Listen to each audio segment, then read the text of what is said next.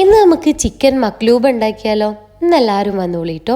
ഇതിനില്ലേ upside down rice എന്നുകൂടിയും പറയപ്പെടുന്നുണ്ട് കേട്ടോ ഈ പേരിന്. കാരണം എന്താ അറിയോ, നമ്മൾ ഈ തിരിച്ചിട്ടിട്ട് കിട്ടുന്ന കറക്റ്റ് ആ ഷേപ്പിൽ കിട്ടുന്നത് കൊണ്ടാട്ടോ ആ പേര് വന്നിരിക്കുന്നതിന്. ഇതൊരു അറബിക് റൈസ് തന്നെ കേട്ടോ. നല്ല അടിപൊളി ടേസ്റ്റും കേട്ടോ. കാണാൻ മാത്രമല്ല നല്ല അടിപൊളി ടേസ്റ്റും കൂടെ ഉണ്ട് കേട്ടോ. ഇതിൻ്റെ ഡീറ്റെയിൽഡ് വീഡിയോ ഞാൻ ലോങ് വീഡിയോ ആയിട്ട് അപ്ലോഡ് ചെയ്തിട്ടുണ്ട്. കാണാൻ താല്പര്യമുള്ളവരൊന്ന് കണ്ടു നോക്കും കേട്ടോ.